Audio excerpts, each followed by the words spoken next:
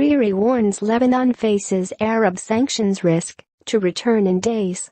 Beirut, Reuters. Saud al-Hariri said on Sunday he would return to Lebanon from Saudi Arabia in 2 or 3 days to affirm that he had quit as prime minister, and also hinted that he could take back his resignation.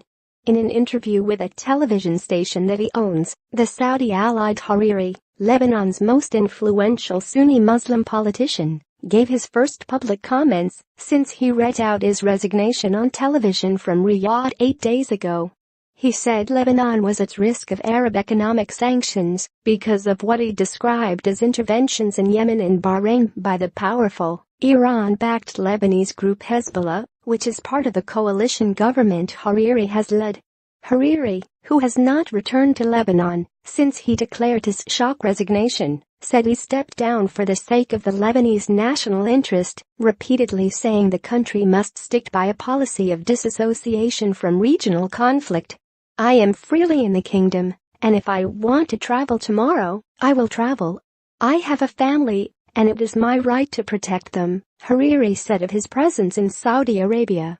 When he resigned on November 4, he said he feared assassination. His father, a long-serving former prime minister, was killed by a bomb in 2005.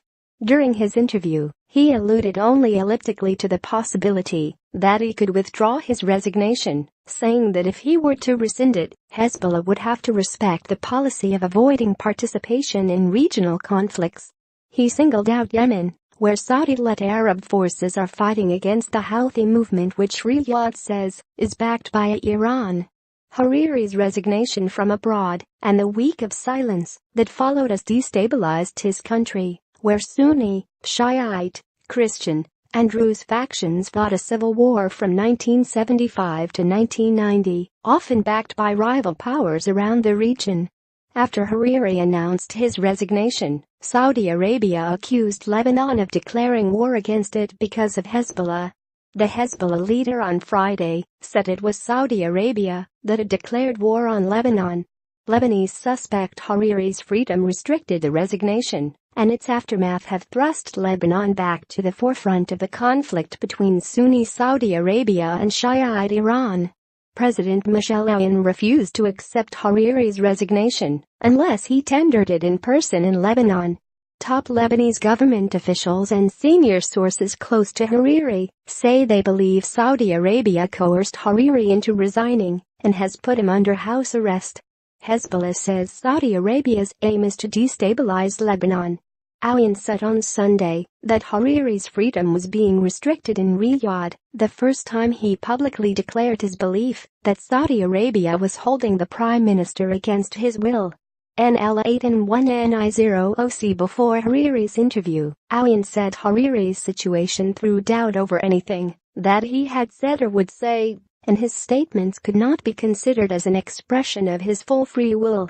Saudi Arabia has denied Hariri is being held against his will or that he had been forced to resign. It has advised its citizens not to visit Lebanon and those there to leave as soon as possible. Addressing the economic risks to Lebanon, Hariri said, "We know there are American sanctions targeting Hezbollah, but do we add to them also Arab sanctions? What is our interest in that, as Lebanese? Disassociation is the foundation of Lebanon's interest. Where do we export our goods? Is it not to the Arab states? Where do our sons work? We must work to preserve this interest, and this interest was threatened, so for this reason I did what I did," he said. Reporting by Lisa Barrington, Tom Perry and Lila Bassam. Editing by Peter Graff.